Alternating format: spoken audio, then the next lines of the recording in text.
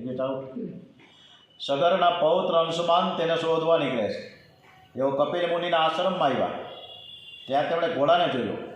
તેથી અંશુમાન કપિલ ભગવાનની સ્તુતિ કરે છે। કપિલ ભગવાન અંશુમાનને કહે છે કે તમારા પિતરો બળીને ભસ્મ થઈ ગયા છે, તમારા પિતામહનો દાદાનો ઘોડો છે તે લઈ જાઓ। અંશુમાન કહે છે કે હે મહામુનિ, મારા કાકાઓ બળીને ભસ્મ થઈ ગયા, તેનો ઉદ્ધાર કેવી રીતે થાય તે કૃપા કરીને મને બતાવો।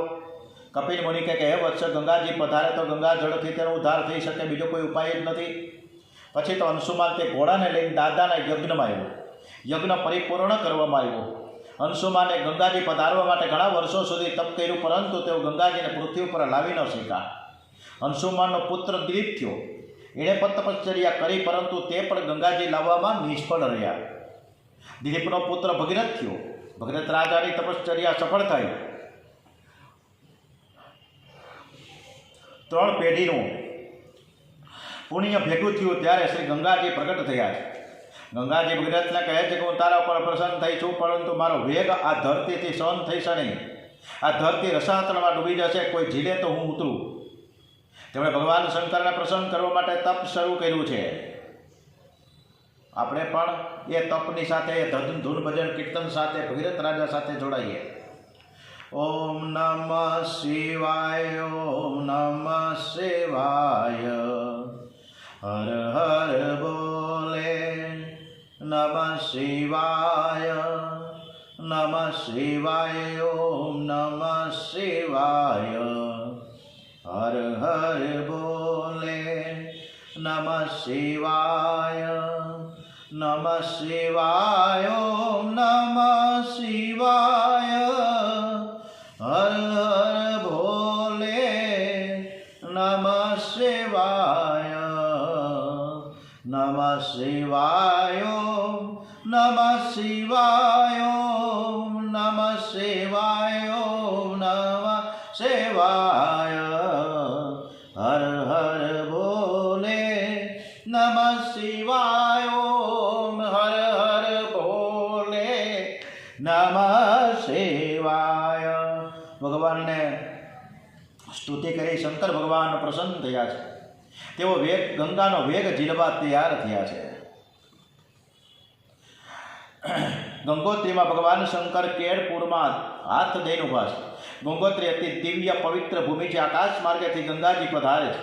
શ્રીજી પોતાની જટા ઉપર ગંગાજીને ઝીલે છે। તેમણે જટાઓની એવી ભૂલ ભણામણી બનાવી કે ગંગાજી એમની જટામાં ફરતા જ રહ્યા, બહાર નીકળવાનો માર્ગ મળતો નથી। પછી શિવજીએ ગંગાજીને બહાર નીકળવાનો રસ્તો આપ્યો। અનેક દેશને પવિત્ર કરતા શ્રી ગંગામાં પાતાળમાં પધાર્યા છે। સગર રાજાના બાળકો જ્યાં ભસ્મ થયેલા તે ભસ્મની જ્યાં માટી થઈ, એ માટીને ગંગાજીનો સ્પર્શ થતાં સગર રાજાના બાળકોને સદગતિ મળી છે। સગરના પુત્રોને મળ્યા પછી ગંગાજળના સ્પર્શથી મુક્તિ મળી છે, તો જીવતા જે ગંગા સ્નાન કરે, ગંગાજીની પૂજા કરે, તેને મૃત્યુ પછી સદગતિ મળે, એમાં શું આશ્ચર્ય છે। સ્નાન સત્કર્મ કરવા માટે છે, તમારાથી બીજું કંઈ ન થાય તો ઘરમાં સ્નાન કરો, ત્યારે ગંગામાને મનથી યાદ કરો।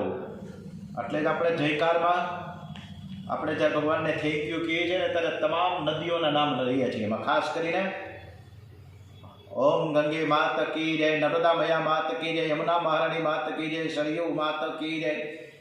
એટલે બધી નદીઓના નામ લઈને આપણે ઘરને પવિત્ર કરીએ છીએ। ગંગામાને મનથી વંદન કરો અને ગંગા ગંગા ગંગા કરીને આપણે સ્નાન કરીએ તો ગંગા સ્નાનનું ફળ મળે છે। બોલીએ શ્રી હર ગંગે માત કી જય। અને સાથે સાથે એ પણ કહી દો કે ભગીરથ રાજા જ્યાં તપશ્ચર્યા કરી છે, એ શિલા ઉપર જ્યારે એ તપશ્ચર્યા કરતા હતા, એ શિલા આજની તારીખમાં ગંગોત્રીમાં જઈએ મંદિરના દર્શન કરવા માટે, ત્યારે જ્યારે એની બજારમાં, ગંગોત્રીની બજારમાં, જ્યાં પાર્કિંગમાં બસ કે વાહન ઊભું રાખીને પછી જ્યારે 4 પગથિયા ચડીને આગળ વધીએ એક શેરીમાં, ત્યારે ડાબી બાજુ આગળ વધતા ગંગોત્રી માતાજીનું મંદિર આવે છે, અને જમણી બાજુ છે એ ગંગાજીનો પ્રવાહ હોય છે, અને જમણી બાજુને ગંગાજીના ઓલી બાજુ ઘણા બધા આશ્રમો છે રહેવા માટે। એટલે ગંગોત્રી ખૂબ સરસ અદ્ભુત, ત્યાં ગંગાજીનું મંદિર પણ છે, ભગીરથ રાજાનું પણ છે। પછી ગંગોત્રીથી આગળ લગભગ 18-20 કિલોમીટર ત્યાં ગૌમુખ છે, એટલે સાચું જે છે એ ગૌમુખમાંથી ગંગાજી પ્રગટ થયા છે. એ ગૌમુખ જતા રસ્તામાં હાવ હાકડી આવે, લગભગ 1.5 થી 2 ફૂટ જ, 1.5 કે 2 ફૂટ ખાલી કેરીનો રસ્તો. ત્યાં અમે ચાલીને ગયા હતા અને એક દિવસ અમે ત્યાં રોકાણા હતા. ઓલા પાંદડાને તામ્રપત્ર નહીં પણ ભૂલાઈ ગયું નામ, ઓલા તામ્રપત્ર પર ભોજદે કે ભોજપત્રના જે વૃક્ષો હતા ચારે બાજુ, એ ત્યાં મેં નાઇટ હોલ્ડ કર્યો હતો. એ વખતે અમે 30 રૂપિયામાં ખીચડી અને શાક, બીજું કાંઈ મળે નહોતું. એમ કરતાં કરતાં અમે ગંગોત્રી ગયા, એટલે ગૌમુખ ગયા છે. એ ગૌમુખ એટલો બધો પ્રવાહ છે, અંદર બરફના ચોસલા આવે, બરફ થીજીને બહાર આવે છે. એટલે આ ગૌમુખ હવે તો બહુ રિસ્ટ્રિક્શન છે, પણ અમારે ભગવાનની કૃપાથી થઈ ગઈ ગંગોત્રી અને ગૌમુખ બને. ગંગોત્રી તો લગભગ 5 થી 6 વખત ગયા છે. 4 ધામ યાત્રાએ પૂરી કરી નાખી છે, એટલે એ બધી ભગવાનની કૃપા છે. પણ કોકદી ગંગોત્રી જવા માટે આપણે આ ઉનાળામાં નહીં પણ આવતા ઉનાળામાં 4 ધામ યાત્રા કરવા જઈ રહ્યા છીએ. હરિદ્વાર કથા પૂરી થાય એટલે તરત જ 4 ધામ યાત્રા મે 2027માં ઉનાળાના વેકેશનમાં. ઓમ શ્રી કૃષ્ણ કનૈયાલાલ કી જય.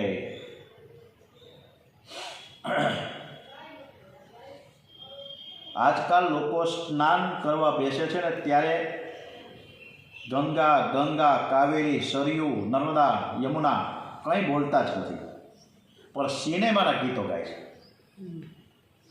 તેઓ એવું સમજે છે કે અમે બહુ સુધર્યા છીએ. સુધર્યા કે બગડ્યા એ તો ભગવાન જાણે. સનાતન ધર્મની મર્યાદામાં રહેશો તો જ જીવન સુધરે છે.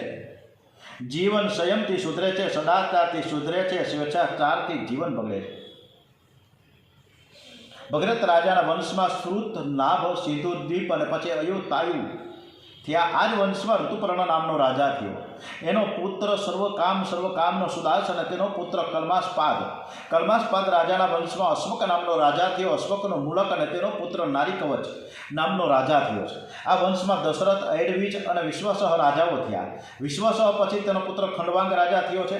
ખંડવાંગ રાજાને દેવો તરફથી જાણવા મળ્યું કે 48 મિનિટ પછી તેનું મરણ થવાનું છે. તેથી તેણે સર્વસંગ છોડી દઈ મનને ભગવાનમાં લીન કરી દીધું. આમ ખટવાંગ રાજા આદિનારાયણનું ધ્યાન કરતાં કૃતાર્થ થયા છે. ખટવાંગ પછી દીર્ઘબાહુ અને દીર્ઘબાહુને ત્યાં થયો રઘુ રાજા. રઘુ મહાજ્ઞાની અને ઉદાર છે. જો રઘુ વર્ષ કેવી રીતે પડ્યું એનો બહુ સરસ આલેખન થયું છે ડુંગરેજી મહારાજે કે ખટવાંગ પછી દીર્ઘબાહુ અને દીર્ઘબાહુને ત્યાં થયા રઘુ મહાજ્ઞાની અને ઉદાર છે. રઘુ રાજા એકવાર સર્વદક્ષિણ નામનો યજ્ઞ કરે છે. આ સર્વદક્ષિણ યજ્ઞમાં તેણે પહેરેલું વસ્ત્ર છોડીને સર્વસ્વનું દાન આપવાનું હોય છે. તેથી રઘુ રાજાની કીર્તિ બહુ વધી ગઈ. આથી સૂર્યવંશનું નામ રઘુવંશ પડ્યું છે. પહેલાં સૂર્યવંશ કહેવાતું અને હવે પછી રઘુવંશ થયું. રઘુ રાજાનો પુત્ર અજ થયો. અજ રાજાનું લગ્ન ઇન્દુમતી રાણી સાથે થયું. એમને ઘેર જે બાળકો થયા એનું નામ છે દશરથ. ચક્રવર્તી સાર્વભૌમ રાજા દશરથ અયોધ્યામાં રાજ કરે છે. આ દશરથ રાજા પૂર્વ જન્મમાં એક બ્રાહ્મણ, ગામની બહાર રણછોડરાયજીનું મંદિર, એવો ભગવાનને રોજ 1000 તુલસી દળ અર્પણ કરે છે. આમ કરતાં કરતાં તેઓ વૃદ્ધ થયા. 85 વર્ષની ઉંમર થઈ. એકવાર આ બ્રાહ્મણને તાવ આવ્યો. ત્યારે તેણે તાવને કહ્યું કે હું મારા ઠાકોરજીની સેવા કરી લઉં, પછી તું આવી જજે. મારી સેવાનો ક્રમ તૂટવો ન જોઈએ. જેવો સંકલ્પ થયો જાણે કે તાવ સાવ ઉતરી જ ગયો. તેઓ નિયમ પ્રમાણે રણછોડરાયજીના મંદિરમાં તુલસી દળ અર્પણ કરવા ગયા અને ત્યાં કોઈને રડવાનો અવાજ સંભળાયો. એમણે જોયું કે પિશાચીની એણે કહ્યું કે મેં પૂર્વ જન્મમાં બહુ જ દુરાચાર કર્યો છે. મેં મારા ધણીને ખૂબ જ ત્રાસ આપ્યો છે અને તેથી હું આ જન્મમાં પિશાચ યોનિમાં આવી છું. તમે મારો ઉદ્ધાર કરો. બ્રાહ્મણને પિશાચીની ઉપર દયા આવી. એમણે રોજના નિયમ પ્રમાણે વિષ્ણુ સહસ્ત્ર પાઠ કરી તુલસીદળ અર્પણ કરીને પ્રાર્થના કરી કે હે પ્રભુ, આ પાપી જીવનો ઉદ્ધાર કરો. તેને હું મારું સર્વ પુણ્ય કૃષ્ણ અર્પણ કરું છું. પોતાનું સર્વસ્વ બીજાને અર્પણ કરવાથી પ્રભુ તેના પર પ્રસન્ન થયા છે. ભગવાન બ્રાહ્મણને કહે તો બીજા જન્મમાં દશરથ થઈશ અને પિશાચીની કૌશલ્યા થશે. હું તમારે ત્યાં પુત્ર રૂપે અવતરીશ. તે મારે તારું સર્વ પુણ્ય એક જીવના ઉદ્ધાર માટે વાપરી નાખ્યું તે અનંત ગણું થયું છે. બ્રાહ્મણે ત્યાં જ શરીરનો ત્યાગ કર્યો અને બીજા જન્મમાં તે દશરથ થયા છે. દશરથ રાજાને ત્યાં 3 રાણીઓ કૌશલ્યા, સુમિત્રાને કૈકેયી. એમાં કૌશલ્યા તેમના ધર્મ પત્ની છે, સુમિત્રાને કૈકેયી તેના ભોગ પત્નીઓ છે. છતાં કોઈ સંતતિ ન હતી. તેથી દશરથ રાજા વશિષ્ઠ ઋષિ પાસે જાય છે અને પોતાની મૂંઝવણ જણાવે છે. વશિષ્ઠ ઋષિએ રાજાના હાથે પુત્ર કામેશથી યજ્ઞ કર્યો. પૂર્ણાહુતિના સમયે અગ્નિકુંડમાંથી અગ્નિદેવ સુવર્ણ પાત્રમાં ખીરનો પ્રસાદ લઈને બહાર આવ્યા છે. અગ્નિદેવે દશરથ રાજાને કહ્યું કે આ ખીરનો પ્રસાદ તમારી રાણીઓને ખવડાવજો, જેથી તમારે ત્યાં 4 બાળકો થશે. આ બાળકો તમારી કીર્તિને બહુ જ વધારશે. આ પ્રસાદી પાયસ છે. અગ્નિદેવે દશરથ રાજાને પ્રસાદ આપ્યો. રાજાને અતિ આનંદ થયો. પ્રસાદ મસ્તક ઉપર ચડાવ્યો. પછી રાજાએ વશિષ્ઠ ઋષિને પૂછ્યું કે મહારાજ, તમારી કૃપાથી આ પ્રસાદ મળ્યો છે, તો આ પ્રસાદનો હું શું કરું? વશિષ્ઠ ઋષિએ કહ્યું કે રાજન, આ પ્રસાદનો અડધો ભાગ કૌશલ્યાજીને આપજો, તે તમારા ધર્મપત્ની છે, અને બાકીનો અડધા ભાગનો 2 ભાગ કરી કૈકેયી અને સુમિત્રાને આપજો. દશરથ રાજાએ વશિષ્ઠ ઋષિની આજ્ઞા મુજબ અડધો ભાગ કૌશલ્યાને, બીજા બધા બાકીના જે અડધા ભાગ વધ્યો એમાંથી 2 ભાગ કર્યા. એક કૈકેયીને એક સુમિત્રાને આપ્યા. એકનાથજી મહારાજ કૈકેયીને જન્મથી કર્કશ ચિત્રી છે. કર્કશવાળીથી પતિદેવનું અપમાન કરે તે કૈકેયીને છેલ્લો પ્રસાદ મળ્યો, તેથી તેને ખોટું લાગ્યું. ક્રોધ આવ્યો. કૈકેયીને અભિમાન હતું કે બહુ સુંદર છું અને રાજા છે એ મારા આધીન છે. જ્યાં અભિમાન છે ત્યાં ધીરે ધીરે બધા જ દોષ ભેગા થાય છે, ત્યાં બધા જ દુર્ગણ આવે છે. સૌંદર્યનું અભિમાન, સંપત્તિનું અભિમાન, વિદ્યાનું અભિમાન પતન કરે છે. કૈકેયી ક્રોધમાં આવીને ગમે તેવું બોલવા લાગી છે. એમણે દશરથ રાજાનું અપમાન કર્યું છે. કર્કશવાળીથી જે પતિદેવને દુભાવે છે તે સ્ત્રીના પુણ્યનો નાશ થઈ જાય છે. કૈકેયીએ પ્રસાદનો અનાદર કર્યો. અરે એ જ સમયે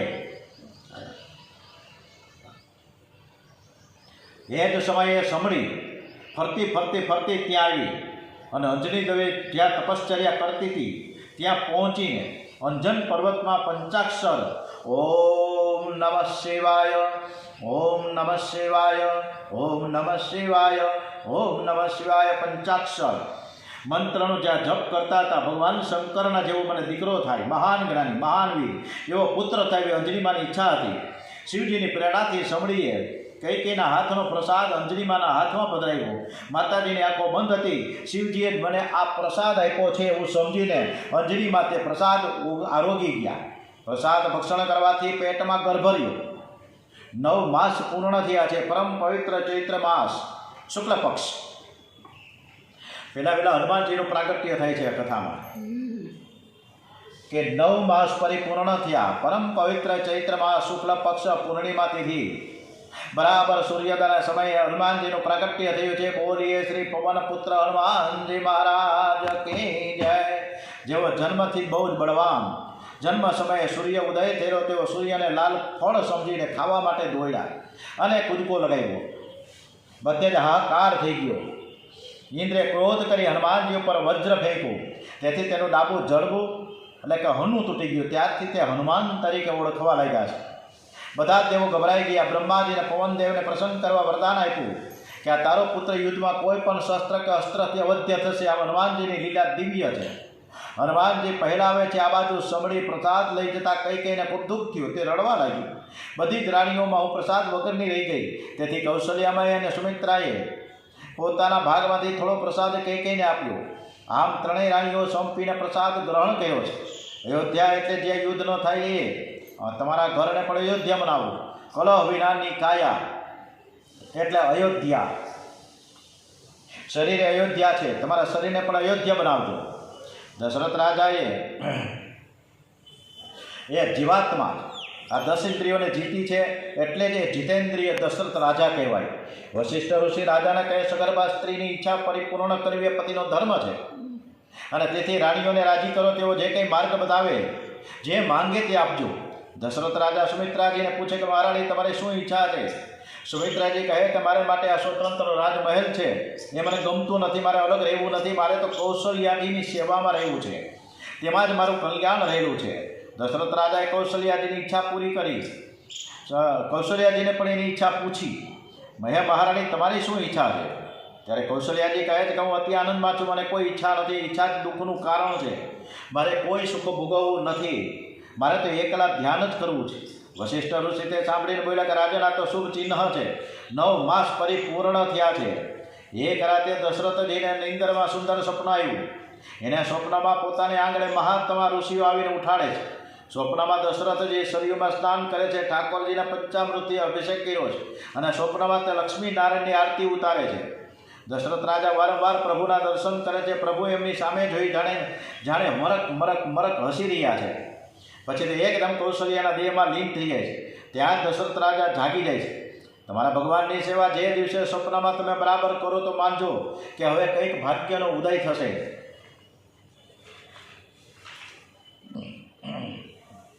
દશરથ રાજા સ્વપ્ન પૂરું થતાં જ વશિષ્ઠ ઋષિ પાસે આવ્યા છે અને સ્વપ્નમાં કરેલા પ્રભુના દર્શનની વાત કરે છે. વશિષ્ઠે કહે છે કે આ સ્વપ્નનું ફળ ઉત્તમ છે. મને તો એવું લાગે છે કે પરમાત્મા તમારા ઘેર પુત્ર રૂપે પધારવાના છે. તેનું આ સૂચક સ્વપ્ન છે. દશરથ રાજાને આનંદ થયો. મારા ગુરુદેવ જે કાંઈ બોલે તે બધું જ સાચું જ હોય. રાજાની આંખો ભીની થઈ ગઈ. રાજાએ 2 હાથ જોડીને પૂછ્યું કે પ્રભુ ક્યારે પધારશે? વશિષ્ઠજીએ કહ્યું કે હવે ક્યારે પધારશે તે તો હું ન કહી શકું, પણ રાજા બ્રહ્મ મુહૂર્તનું સ્વપ્ન છે તેથી હું એમ માનું છું કે 24 કલાકની અંદર તેનું ફળ મળવું જ જોઈએ. હવે સ્વપ્નની વાત કોઈને કહીશો નહીં. હવે સ્નાન કરીને ધ્યાન કરો અને જપ કરો. ગુરુદેવની આજ્ઞા પ્રમાણે રાજા દશરથ સરયુમાં સ્નાન કરીને ઠાકોરજીની સેવામાં લાગી ગયા છે. અને આજે રામનવમીનો પવિત્ર દિવસ છે. રામ 14 છે, માગસર વદ 14. અત્યારે રામનવમી ચૈત્ર માસ 9મી તિથિ પવિત્ર દિવસ. કૌશલ્યામાંના સવારથી ધ્યાન કરતા તન્મય થયા છે. કૌશલ્યાએ માએ બધા જ નોકરદાસીઓને બહાર જવા આજ્ઞા કરી અને પોતે એકાંતમાં ધ્યાન કરે છે. જહી દિન રામ જન્મ શ્રુતિ ગાવહી, તીર્થ સકલ તુહા ચલી આવહી. પ્રાતઃકાળથી દેવો અને ગંધર્વો પ્રતીક્ષા કરે છે. આજે વિરક્ત સાધુઓ, સંન્યાસીઓ, મહાત્માઓ, મહાપુરુષો અયોધ્યામાં પધાર્યા છે. સૌએ સરયુમાં સ્નાન કરી સીતારામ સીતારામ સીતારામ સીતારામ સીતારામનું ધ્યાન અને કીર્તન કરે છે. શ્રી રામ દર્શન માટે હવે પ્રાણ તલસવા લાગ્યા છે. અનેક વૈષ્ણવો દર્શન માટે આતુર બને ને ત્યારે જ અવતાર થાય છે. ભગવાન શંકર કૈલાસ છોડીને વૃદ્ધ બ્રાહ્મણનું સ્વરૂપ ધારણ કરીને અયોધ્યામાં પધાર્યા છે. 4 વેદો શિવજીના 4 શિષ્યો થાય છે. શંકરના ઈષ્ટદેવ બાલક શ્રી રામ છે. શિવજીને બાલ સ્વરૂપ બહુ ગમે. શિવજી રામજીની જપ કરતા કરતા અયોધ્યાની ગલીઓમાં ફરે છે. શ્રી રામ દર્શન માટે તેના પ્રાણ તલસે છે. શિવજી વિચાર કરે કે કૌશલ્યાજીના મહેલમાં જઈ રામજીનું ભવિષ્ય હું સંભળાવીશ. લોકો પૂછે કે મહારાજ તમારું નામ શું છે? ત્યારે શિવજી ન કહેતા મારું નામ હું સદાશિવ જોશી કહીશ. પરમ પવિત્ર સમય પ્રાપ્ત થયો. રામજીનું પ્રાગટ્ય આપણે થઈ રહ્યું છે. રામજીનું પ્રાગટ્ય થાય પછી કથાને વિરામ આપીએ. ખૂબ સરસ રીતે આપણે સાંભળજો. ઓમ શ્રી કૃષ્ણ. એવું લાગે તો જે ચોખા અને પુષ્પ જે હાથમાં હોય એ આપણા સ્થાનક ઉપર, અને રામજીનો ફોટો હોય તો રામજીની પાસે પધરાવજો. ખૂબ સરસ મજાની આપણી કથા ચાલી રહી છે. તો રામજીનો જન્મ પરમ પવિત્ર સમય પ્રાપ્ત થયો. 10 દિશાઓ પ્રસન્ન થઈ. મંદ સુગંધ શીતળ વાયુ વવા લાગ્યો છે. ઉતાવળિયા દેવો છે ને આકાશમાં દુધુંબી ગાળવા લાગ્યા છે. સાધુઓના મન આજે શાંત અને પ્રસન્ન હતા. અગ્નિહોત્રી બ્રાહ્મણોના ઘરમાં અગ્નિકુંડમાં બિરાજેલા અગ્નિદેવ પણ કુંડમાંથી બહાર આવ્યા. એ પણ શ્રી રામ દર્શન માટે તલસતા હતા. ચૈત્ર માસ શુક્લ પક્ષ 9મી તિથિ પુનર્વસુ નક્ષત્રનો સુયોગ. મધ્યાહન કાળમાં માતા કૌશલ્યાની શ્રમક ચતુર્ભુજ રૂપે શ્રી રામચંદ્રજી પ્રગટ થાય છે. બોલીએ શ્રી રામચંદ્ર ભગવાન કી જય. ઓમ શ્રી રામચંદ્ર ભગવાન કી જય. ઓમ શ્રી રામચંદ્ર ભગવાન કી જય. ભય પ્રગટ કૃપાલા દીન દયાલા કૌશલ્યા હિતકારી. હર્ષિત મહતારી મુનિ મનહારી અદભુત રૂપ વિચારી.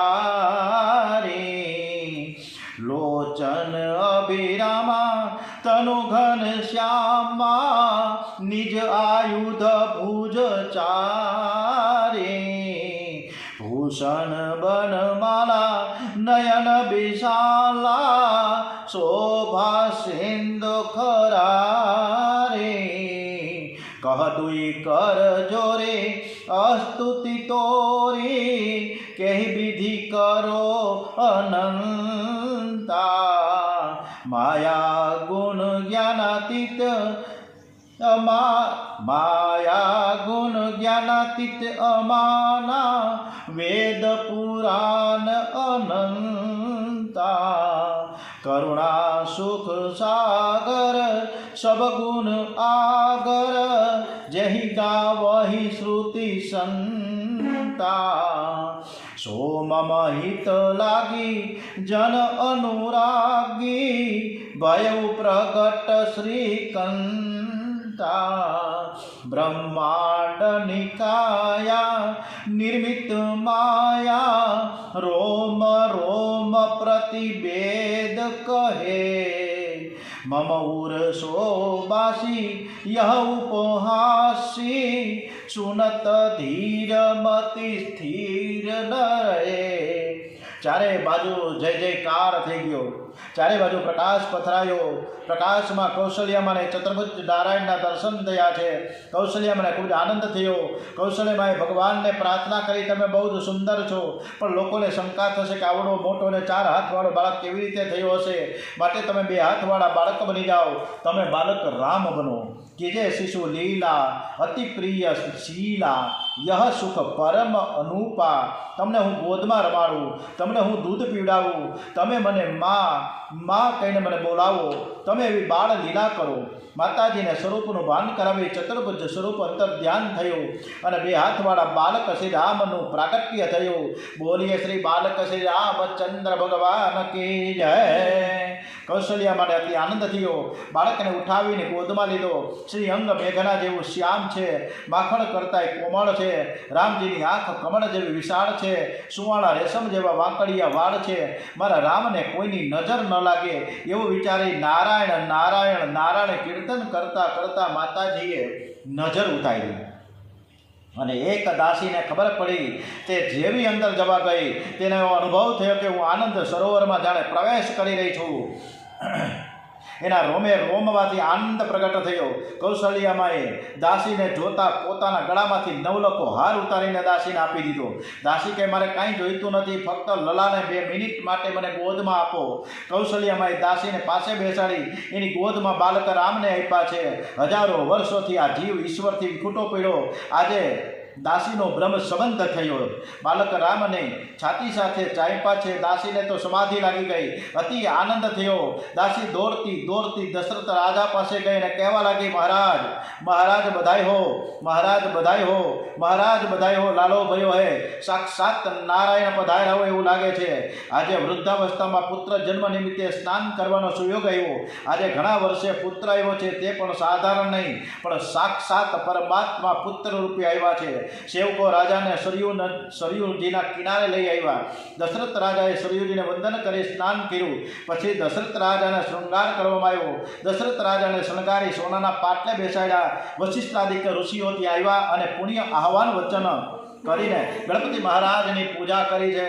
હરિ ઓમ ગણાનામ ગણપતિ ગુણવામહે પ્રિયાણામ પ્રિયપતિ ગુણવામહે નિધિનામ નિધિપતિ ગુણવામહે વશો મમ અહમ જાની ગર્ભધમા ત્વમ જાસી ગર્ભધમમ હરિ ઓમ ભદ્રં કર્ણેભિઃ શૃણુયામ દેવા ભદ્રં વક્ષે માક્ષવીર્યજત્રાઃ સ્થિરે રંગે સ્તુટ્વા ગુણશસ્તનુપ્રિયસે મહિ દેવહિतं યદાહુ हरि ओम स्वस्ति न इंद्रो वृधशवाः स्वस्ति न पूषा विश्ववेदाः स्वस्ति न ताक्षो अरिष्टनेमि स्वस्ति नो बृहस्पतिर्दधातु। ओम मंगलम भगवान विष्णु मंगलम गरुड़ध्वज मंगलम पुंडरीकाक्षो मंगलायतो न हरि सर्वमंगल मंगल्ये शिवे सर्वार्थ साधके शरण्ये त्र्यंबके गौरी नारायणी नमोस्तुते। तमेव माता च पिता तमेव बंधु च सखा तमेव विद्या दृढ़ तमेव सर्व मम देव देव। ब्राह्मणों वैदिक विधि थी पुण्यावाहन वचन किया। खूब सरस मजाना પિતૃઓની પણ પૂજા કરી છે નાંદી શ્રાદ્ધમાં દશરથ રાજા ગરીબોને બ્રાહ્મણોને ખૂબ જ દાન આપે છે। દાન એટલું બધું આપ્યું કે અયોધ્યામાં કોઈ ગરીબ જ ન રહ્યો, બધા ધન ધાન્યથી સભર થઈ ગયા છે। ખૂબ જ અદ્ભુત કથામાં આપણે આગળ વધીએ, પરંતુ આવતીકાલે। ओम श्री कृष्ण कन्हैया लाल की जय, श्री रामचंद्र भगवान की जय, पवन सुत हनुमान की जय। भागवत भगवान जी महाराज की जय। भारत माता की जय। ओम नमो भगवते वासुदेवाय। ओम नमः पार्वती पतये। हर हर हर हर हर हर महादेव हर।